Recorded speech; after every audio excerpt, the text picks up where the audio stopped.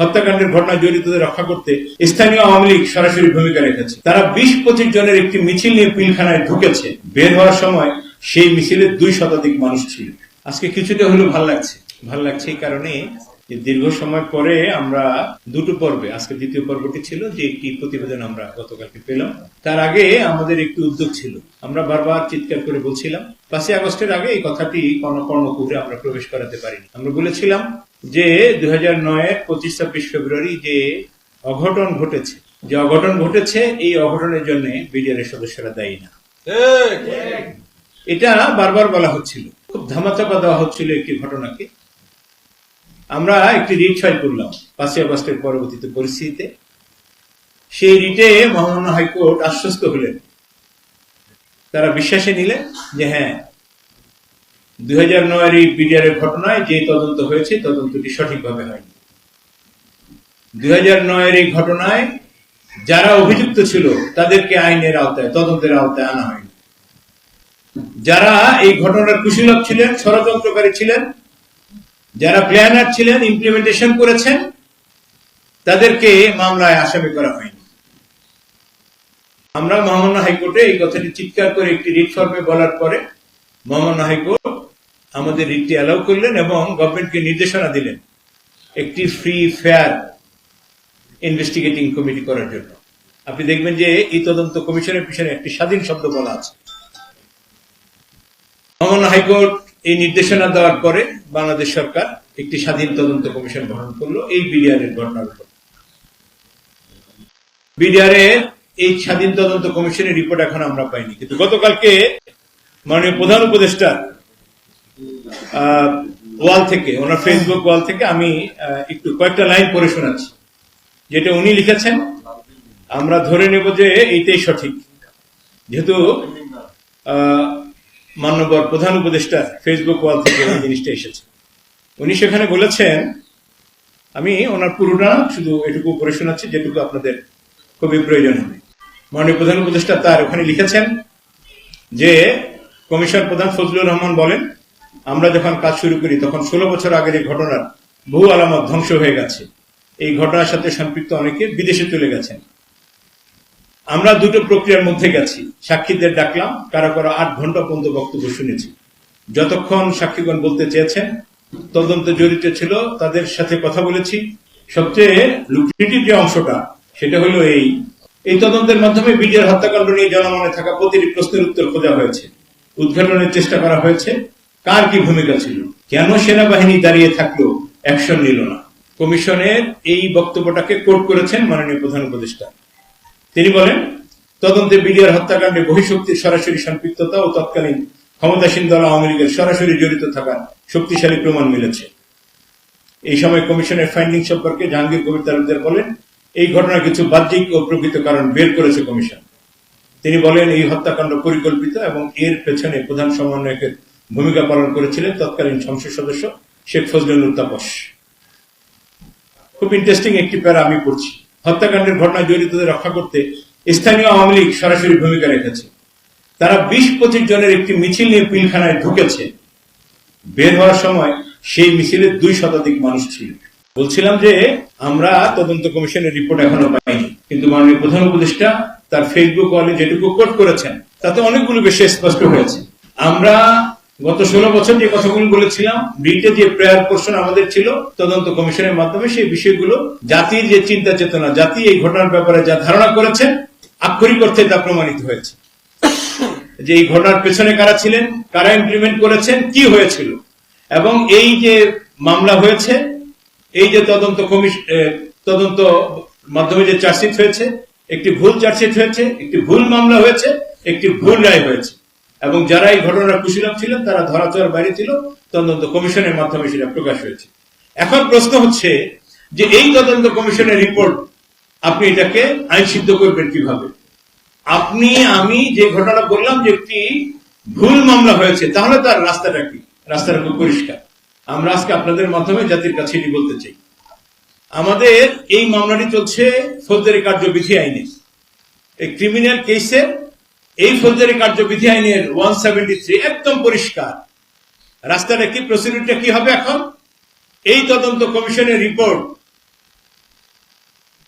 Prosecution একটি আবেদন করবে, যেহেতু একটি মামলা, একটি ঘটনা থেকে দুটো মামলা হয়েছে। একটি হত্যা মামলা, আপনারা জানেন যে হত্যা মামলার ঘটনাগুলো পুরো দস্তুর এখন অ্যাপিলেট ডিভিশনে এনরোল, অ্যাপিলেট ডিভিশনে এখন পেন্ডিং আছে। একইভাবে আরেকটি মামলা, যেটি বিস্ফোরক মামলা বলছি, সেটা চলমান। এখন বিস্ফোরক মামলায় এই 173-তে অধিকতর তদন্তের জন্য একটি আবেদন করবে প্রসিকিউশন। কারণ এই যে তদন্ত কমিশনের মাধ্যমে যে সত্য বের হয়ে আসলো, এই সত্যকে তো জাতির সামনে আইন সিদ্ধ করতে হবে। আইন সিদ্ধ করার রাস্তা হচ্ছে এটাই, যে বিস্ফোরক মামলা যেটি মহানগর দায়রা জজের অধীনে চলছে, সেখানে প্রসিকিউশন এই রিপোর্টটিকে আইন সিদ্ধ করবার জন্য তারা একটি অধিকতর তদন্তের জন্য সেকশন 173 সাবসেকশন 3B তারা একটি আবেদন করবেন অধিকতর তদন্তের যে কোনো পর্যায়ে। আমি এখানে একটি রেফারেন্স সহ বলি আপনাদেরকে। 21শে আগস্ট গ্রেনেড হামলা মামলা চলছিল, 61 জন সাক্ষী নেওয়া হয়েছে। সেই পর্যায়ে নতুন একটি গল্প তারা রচনা করলেন, যেটা আওয়ামী লীগ খুব সিদ্ধহস্ত ছিলেন। একজন মুফতি হান্নানকে দিয়ে একটি 164 এর গল্প তৈরি করলেন, যেটা মুফতি হান্নান পরে অস্বীকার করেছে দ্বৈতভাবে, যে আমি কোনো 164 করিনি, 164 করার জন্য কোনো আবেদনও করিনি। সেটি ছিল একটি মিথ্যা গল্প। কিন্তু আজকে একটি সত্য তদন্ত রিপোর্ট আমাদের সামনে। এটিকে আইন সিদ্ধ করবার জন্য এখন প্রসিকিউশন এই মামলায় অধিকতর তদন্তের জন্য 173B-তে একটি আবেদন করবে। সেই তদন্ত কমিশন এই রিপোর্টটি ওই নতুন তদন্তের মধ্যে ইনক্লোজ হয়ে মামলা নতুন করে সাবমিট হবে। সেই মামলায় তদন্ত কমিশন নতুন করে সিদ্ধান্ত নেবে যে তদন্ত কমিশনে যারা আসছে তাদেরকে কাকে কিভাবে এই মামলায় আসামি হিসেবে আনা যায়, কি কি ঘটনা আনা যায়, কাদেরকে সাক্ষী হবে। সত্য সাক্ষী যারা হওয়ার এখনই সুযোগ, এই তদন্তের মাধ্যমে, নতুন অধিকতর তদন্তের মাধ্যমে তাদেরকে নিয়ে আসে। আপনাদের নিশ্চয়ই, যেটা আমরা একটু আগে বলছিলাম, যে এর আরেকটি অংশ হত্যা মামলা, যেটি ট্রায়াল কোর্ট হয়ে, হাইকোর্ট হয়ে এখন অ্যাপিলেট ডিভিশনে পেন্ডিং আছে। ইতিমধ্যেই আমরা হাইকোর্টে এই রায়ের বিরুদ্ধে যারা আপিল করেছেন, সেই যাবজ্জীবন প্রাপ্ত, যদি সংখ্যাটা ভুল না থাকি তাহলে আমার যেটুকু মনে পড়ে, মৃত্যুদণ্ডপ্রাপ্ত আসামি আছে আমাদের এই মামলায় 139 জন। 179 জন হচ্ছে যাবজ্জীবন প্রাপ্ত আসামি। তো সঙ্গত কারণেই আমরা ইতিমধ্যেই যারা উভয় মামলায়, উভয় কোর্টে, ট্রায়াল কোর্টে এবং হাইকোর্টে খালাসপ্রাপ্ত ছিলেন, ইতিমধ্যে সবাই জামিন পেয়েছেন। যাদের 10 বছর বা তার চেয়ে কম কনভিকশন ছিল, যাদের এই 10 বছর বা তার চেয়ে কম সেন্টেন্স খাটা হয়ে গেছে, তাদের মধ্যে ইতিমধ্যে উল্লেখযোগ্য সংখ্যক, সর্বশেষ গত তারিখে 53 জন জামিন পেয়েছেন। তার আগে 30 জন পেয়েছিলেন, তার আগে 16 জন পেয়েছিলেন। আমরা আশা করি অবশিষ্ট যারা আছেন 10 বছরের কমের সাজা, এরা সবাই নিম্ন আদালত থেকে জামিনে মুক্তি পাবেন। আর যারা জামিন প্রাপ্ত, তারা যাবজ্জীবন প্রাপ্ত, যারা মৃত্যুদণ্ড প্রাপ্ত, তাদের ব্যাপারে কি হবার আছে, আমরা সরকারের কাছে, বিশেষ করে অ্যাটর্নি জেনারেল অফিসের কাছে নিবেদন করব। এই তদন্ত কমিশন আপনাদের সামনে আসার পরে আপনাদের মরাল অব্লিগেশন হচ্ছে এই মামলাটাকে লিস্টে আনা, মামলাটাকে লিস্টে এনে এই মামলাটাকে রিমান্ডে পাঠানো। এই মামলাটাকে, যেটি অ্যাপিলেট ডিভিশনে পেন্ডিং আছে, বিডিআর এর এই মামলাটাকে পেন্ডিং রিমান্ডে পাঠানো, এবং রিমান্ড আদালত এই মামলাটি গ্রহণ করে সাথে সাথে দুটো কাজ করবেন, যেটা ন্যাচারাল জাস্টিস। সেটা হলো ওই মামলায়, যে মামলা নতুন করে রিমান্ডে আসলো, এই মামলায় মৃত্যুদণ্ডপ্রাপ্ত অথবা যাবজ্জীবন দণ্ডপ্রাপ্ত যারাই আছেন তাদেরকে এক আদেশে মুক্তি দিবেন, এক আদেশে তাদেরকে মুক্তি দিবেন।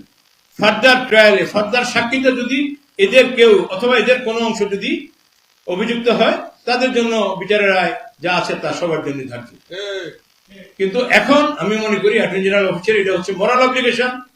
তাদের দায়িত্ব হচ্ছে এই রিপোর্টের আলোকে অ্যাপিলেট ডিভিশনে পেন্ডিং মামলাকে এখনই লিস্টে এনে ফুল কোর্টে শুনানি করে এই মামলাটাকে রিমান্ডে পাঠিয়ে দেওয়া। যেহেতু এটি একটি ভুল মামলা, এটি একটি ভুল সাজা, এবং এর মধ্যে দিয়ে কতগুলো জীবন শেষ হয়ে গেল, কতগুলো বছর জেল খাটতে খাটতে কত মানুষের পরিবার ধ্বংস হয়ে গেল। আমরা আশা করছি এই নিরপেক্ষ অন্তর্বর্তীকালীন সরকার আইনের এই সুযোগটিকে নেবেন। একইভাবে বিস্ফোরক মামলা যারা আছেন তাদেরকে অনতি বিলম্বে ছেড়ে দেবেন। কতক্ষণ পর্যন্ত? যতক্ষণ পর্যন্ত এই তদন্ত কমিশনের রিপোর্টের আওতায় অধিকতর তদন্ত যখন হবে সেই তদন্তে যদি যারা আসেন তারা আসবেন, যারা আসলেন না তারা খালাস পেয়ে যাবেন। এই ঘটনার মাধ্যমে গোটা জাতির যে আকাঙ্ক্ষা ছিল, আমরা আশা করি অন্তর্বর্তীকালীন সরকার এই সুযোগটিকে নষ্ট করবেন না। কি পরিমাণ ব্লেম গেম খেলা হইল, যারা এই ঘটনার সাথে ধরাছোঁয়ার বাইরে ছিলেন। আমি এমন অনেককে শুনেছি, আমি নিজে জেলে ছিলাম দীর্ঘ প্রায় 6 মাস। সেই সময় আমি দেখেছি বিডিআর সদস্যদের কি করুণ কাহিনী। অনেককে আমি অনেক বিডিআর ভাইদেরকে চিঠি নিয়ে আসতে দেখেছি, তার বউ চিঠি লিখেছে, বিয়ে করেছে তার 3 দিন পরে জেলে গিয়েছে, বিয়ে করেছে তার 15 দিন পরে জেলে গিয়েছে। বছরের পর বছর, 8 বছর, 9 বছর, 10 মাস হাজবেন্ড নাই। এই বউর যে কি অবস্থা, না শ্বশুর বাড়িতে ভালো অবস্থান আছে, নিরাপদ অবস্থান আছে, না বাপের বাড়িতে। অনেকের বউ চলে গেছে, আমরা নিজেরা সাক্ষী। অবর্ণনীয় দুর্যোগ যা হয়েছে, আমরা আশা করি আজকের এই মুহূর্ত থেকে নিরপরাধ বিডিআর সদস্যরা আর 1 মিনিটের জন্য কোনো কষ্টকর পরিস্থিতির সম্মুখীন হবে। এই তদন্ত কমিশন যে সত্য বের করেছে, দীর্ঘ সময় পরে হলে আমরা সরকারকে সাধুবাদ জানাচ্ছি। আমরা মহামান্য হাইকোর্টকে ধন্যবাদ জানাচ্ছি, যারা আমাদের চিৎকারটাকে আমলে নিয়েছিলেন, একটি স্বাধীন তদন্ত কমিশন করার কথা বলেছিলেন। এবং স্বাধীন তদন্ত কমিশন আজকে আমরা যেটুকু জেনেছি মাননীয় প্রধান উপদেষ্টার ফেসবুক ওয়াল থেকে একেবারেই পরিষ্কার হয়েছে যে আমাদের এই বিডিআর সদস্যরা নিরাপরাধ ছিলেন। যারা এই ঘটনা ঘটিয়েছে, যারা এই ঘটনার পরিকল্পনা করেছে, যারা এই ঘটনার মাস্টার মাইন্ড, তারা কেউ এই তদন্তের আওতায় আসেনি এবং মামলার আওতায় আসেনি। ধরাছোঁয়ার বাইরে থাকা সেই মানুষগুলোকে, সেই ক্রিমিনালগুলোকে আমরা আশা করছি এই স্বাধীন তদন্ত কমিশনকে যেভাবে আইন সিদ্ধ করা যায়, যেটা আমরা বললাম, এই প্রক্রিয়ায় আইনের আওতায় এনে অন্তত জাতিকে একটি কলঙ্ক থেকে মুক্তি দেবে।